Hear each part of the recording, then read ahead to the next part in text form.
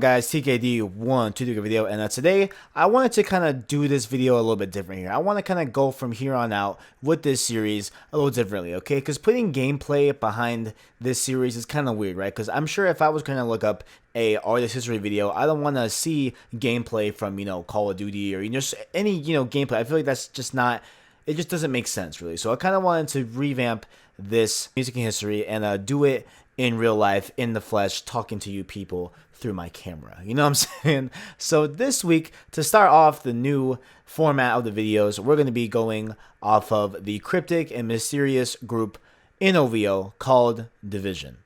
And yes, I said Division is a duo. Now, this is up for a question. Now, yes, I'm just going to put it out here as fact number one. Division is indeed a duo or a group. It's kind of weird. It's kind of weird because they're, throughout the album, and when you have them on a live performance, there are other people on there, but usually it's been kind of determined that Division is a group and it's two people, and those two people are Daniel Daly, the lead vocalist, along with 1985, his producer. Okay, so that's kind of what makes them two that make Division. It is them two predominantly, you know what I'm saying? And that they are both actually from Canada, so it's only fitting that they are on OVO. Now, fact number two we got here is that 1985 is no slouch. He is no name producer in the game. You guys have all heard his stuff, believe me. All right, he has done some of Drake's best singles to date, and honestly, probably ever. You know what I'm saying? He has done Hold On, We're Going Home, Truffle Butter, Hotline Bling, One Dance, Too Good, For Free, like all of these incredible songs from Drake, he is behind that. You know what I'm saying? And that is just, it just speaks volumes to the skill and to just the thought process of him as a producer. You know what I'm saying? He has also produced for Majid Jordan on the track My Love. You know what I'm saying? These are all songs that are really big hits.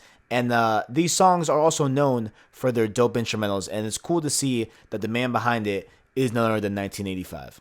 Now, fact number three I got is the life kind of behind 1985 and where he's come from. Now, his real name is Paul Jeffries, and him and music go way back. They go back to when he was living at his house as a young child. There's actually, in this article that I read, that his household would mainly have gospel music and Christian music, and he said in the interview that he actually hated it. So, that's one thing. Listen, I got to give props to Christian music. I listen to a lot of it in church, a lot of it, outside of here, a lot of it, in the car. It's great music, but, there's a lot of it that just doesn't sound good. I'm just going to put that out there. Please don't chastise me.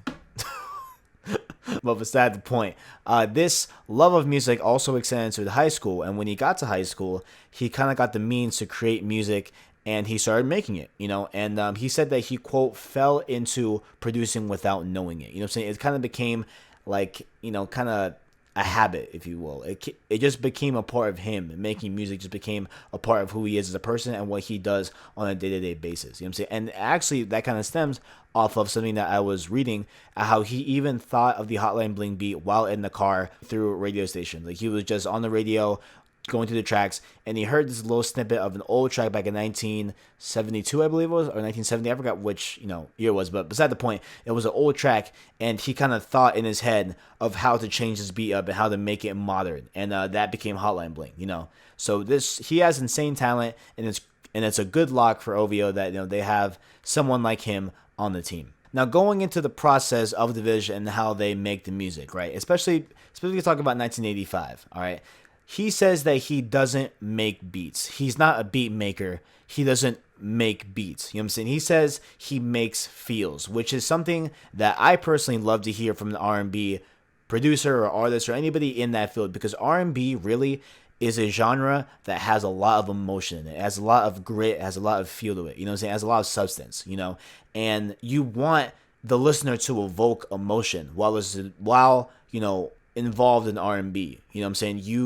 You don't want the R&B to sound kind of flat and just mundane, because that is kind of what pop is. Not to kind of loophole a whole thing into something that's not as good as R&B, but I'm just saying that, like, pop, you generally think of something that's not as deep, not as influential, not as impactful, but R&B, you think of heavy hitting, chill making, like emotion driven music, and that is something that I, was actually really excited to hear from 1985, and how also it kind of shows his dual-edged type of way of making music, where he can make a Hotline Bling, a Truffle Butter. He can make those really dope pop catchy instrumentals, but at the same time he can make something very deep and very raw, like the whole debut album of DVSn, September 5th, which I have a review up on my channel. Go check it out.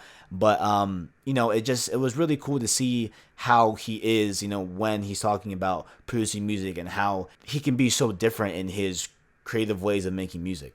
And the last fact I got to say, it's not really a fact. You can kind of take it as a kind of a fact. It was kind of hard to find facts about this group because they're so new. But the lead singer is Daniel Daly. That is no question. That is not even, a thing that you can hypothesize anymore. It was, earlier this year, there were a lot of articles going around about, like, who is DVSn, who is the lead singer. They were pointing to other people. They were trying to figure out who is DVSn. But, they kind of boiled down to when they got signed. It's kind of outed. The jig is up.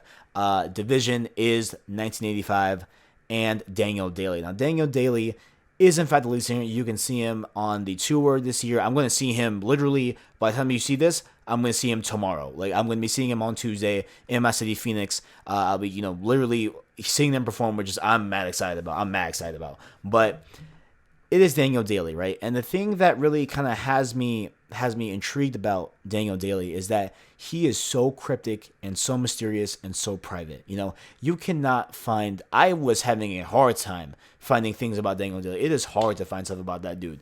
And and then in an age where music and social media go together so perfectly, and how you can spread a album or an EP or a mixtape so quickly through the means of media, right? Just through that means. And everything is just so out there these days with artists. And just to have an artist that is so private and so close, it is like we have another Weekend thing here. Back with the Weekend, back when he was getting big, there were so many different interpretations of who he was. People thought that he was a group, that it wasn't just one person. He thought that it was, for example, I thought he was white. I thought The Weeknd was white listening to music. I don't know why I thought he was white, because to me, at all, he doesn't sound white at all to me anymore. But just back when I was first listening to him, he sounded so white to me, and I thought he was a white guy. But just that misconception that you get with people that make music that are not out there in the open, it just creates kind of a weird thing with me. I kind of like it at some point, just because I like how the focus isn't on the individual as a person. It's focused on the music and what they make and what they put into the music and what they portray from the music. But at the same time, I kind of don't like it, because as I listen to that artist and as I want more from that artist, I want to know the man behind the music. I want to know the woman behind the music. I want to know the group behind the music. I want to know, what has fueled them to make this music, what they've gone through, the experiences, their past. That's just what I'm interested in. And that's kind of why I started this series. I wanted to dive in to the people that I look to in music, and, what made them who they are, what I'm saying? And, that is kind of my thing here, is where Daniel Daly, I want to know more about him, but then again, I kind of don't. At the same time, it's kind of a weird type of thing here. But I don't know. Let me know what you guys think down in the comments below. Do you guys like your artists to be mysterious or out there? Or, do you guys think 2 Chainz is a mysterious man? Let me know in the comments below. And while you're done, check out my description. You can find my Instagram, Snapchat, Twitter, all that good stuff. Follow me on there. Also, if you enjoyed the content, if you enjoyed my presence, if you enjoyed this new format, if you like this format of me doing it in person, talking with you, let me know in the comments below if you guys enjoy this format. Or if you want gameplay, I can go back to that. Whatever you guys want, let me know in the comments below. Thanks for watching. And as always, I got you.